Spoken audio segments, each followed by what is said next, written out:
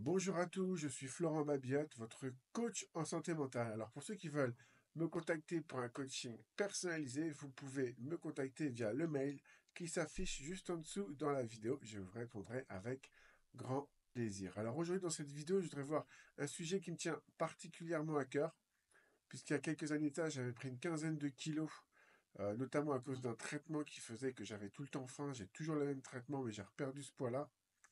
Et donc je voudrais vous partager mon expérience par rapport à cette perte de poids, parce que c'est très important, je pense qu'on soit en forme psychologiquement, mais aussi dans son corps, et les deux sont très liés, c'est pas pour rien qu'on dit bien dans sa tête et bien dans son corps. Donc dans cette vidéo, on va voir en fait comment maintenir son poids ou comment perdre du poids quand on a un traitement qui nous donne très faim. Alors oui, les traitements, souvent, quand on a une maladie psychique, les traitements donnent souvent très faim.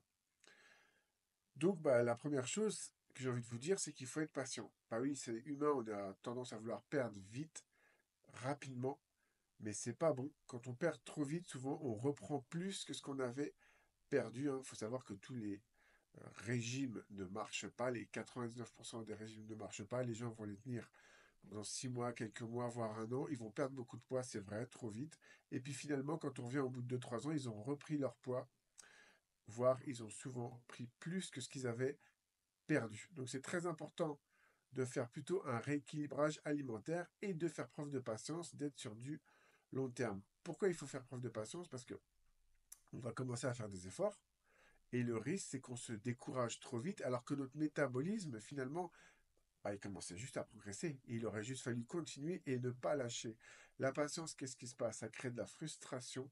Or, la frustration, c'est quelque chose qui est très proche du stress et ça va venir sécréter dans votre corps du cortisol, qui est l'hormone du stress. Et donc ça, quand on sécrète du cortisol, eh bien ce n'est pas bon pour perdre du poids.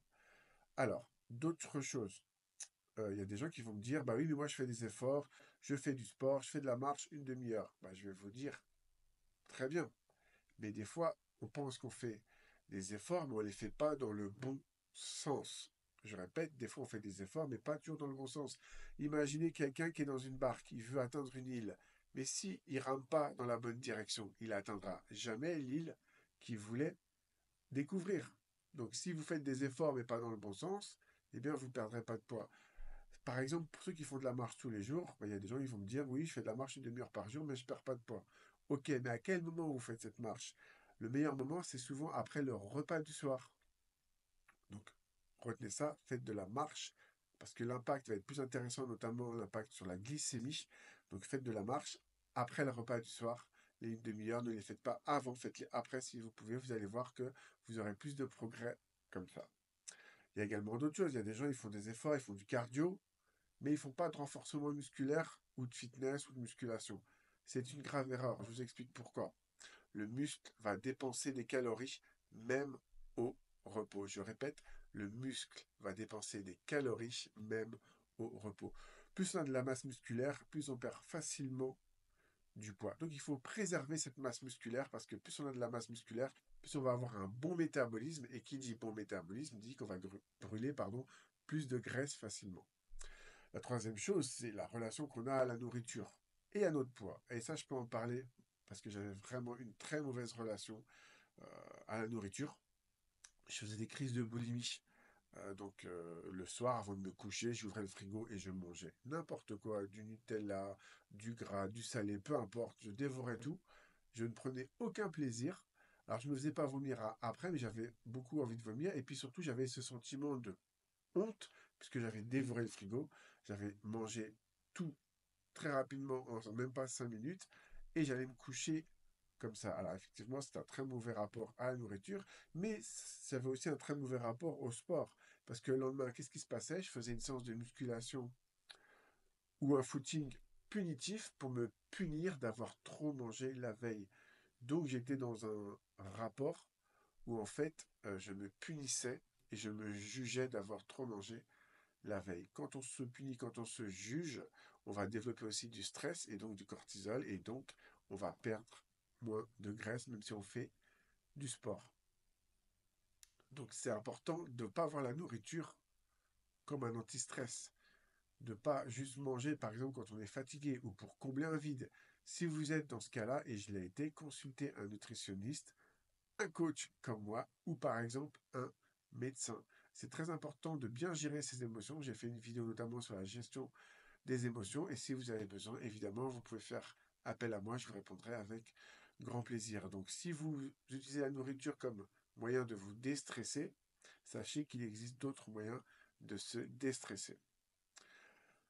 Il y a une autre chose que j'ai envie de vous dire, c'est qu'il faut repérer le phénomène de satiété et le différencier du phénomène de faim. Ce n'est pas parce que je suis fatigué que je mange.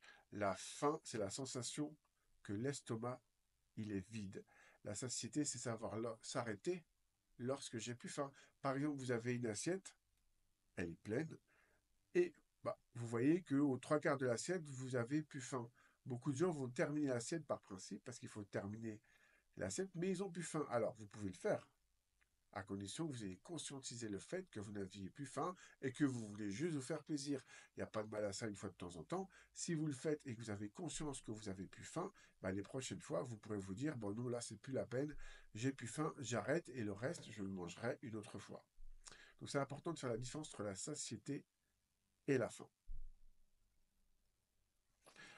Il y a aussi autre chose, c'est qu'il faut changer ses habitudes quand on mange trop, ou alors avoir conscience qu'on a des mauvaises habitudes. La principale qui me vient en tête, et moi aussi je suis passé par là, c'est manger devant la télé.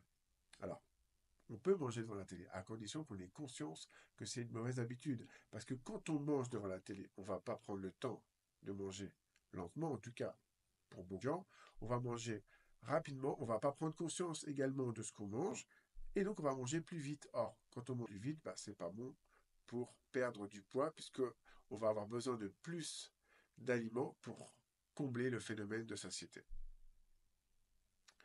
Donc c'est très important de conscientiser la nourriture que l'on mange, de repérer les goûts, les sensations que ça vous procure, de mâcher, de mastiquer. Autre chose de très important, tout simplement, posez vos couverts entre chaque bouchée. Oui, je répète, posez vos couverts entre chaque bouchée, ça va vous permettre de manger moins rapidement.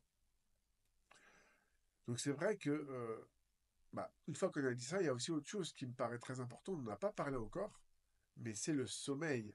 Et oui, si vous êtes fatigué, vous allez avoir tendance à avoir plus faim. Moi, je le vois. Donc, quand je suis fatigué, si j'ai moins bien dormi, j'ai tendance à avoir plus faim dans la journée. Et je sais que ça va être une journée plus compliquée pour moi, qu'il va falloir que je fasse plus attention. Si vous dormez, par exemple, que vous vous réveillez toutes les 2 heures, vous pouvez voir un médecin spécialiste du sommeil. Peut-être que vous faites de l'apnée du sommeil. Or, il faut savoir que toutes les hormones se régulent pendant le sommeil. Donc, si vous dormez moins bien, votre métabolisme va être moins bon, donc vous allez perdre moins vite de la graisse. Donc c'est important d'avoir un sommeil récupérateur et de voir un spécialiste le cas échéant. Je voudrais encore vous dire deux choses, enfin même plusieurs choses. Quand on mange trop, quand on a pris cette habitude-là et quand on est en surpoids ou quand on devient limite obèse, puisque ça, évidemment, ça peut arriver à tout un chacun, il faut savoir qu'on va avoir un métabolisme qui va être déréglé. Qu'est-ce que ça veut dire, un métabolisme déréglé? Ça veut dire que votre métabolisme, si vous faites un effort physique et que vous êtes en surpoids ou obèse, vous allez faire cet effort physique, mais vous allez dépenser moins de calories qu'une personne qui ferait exactement le même effort physique, mais qui ne serait pas en surpoids ou en obésité. Alors c'est profondément injuste, mais malheureusement, c'est comme ça. Il y a aussi autre chose qu'il faut voir, c'est que lorsqu'on devient en surpoids ou obèse, surtout obèse, les cellules ont une mémoire. Et donc, en fait, ce qui va se passer, c'est que les cellules adipeuses, et c'est ça, elles vont garder la trace, je dis bien la trace génétique de l'obésité. Dernières études qui datent de fin 2024 démontrent ça, c'est que les cellules adipeuses, donc les cellules graisseuses, vont garder la trace de l'obésité. Donc, c'est comme si elles avaient un marqueur comme quoi elles sont malades.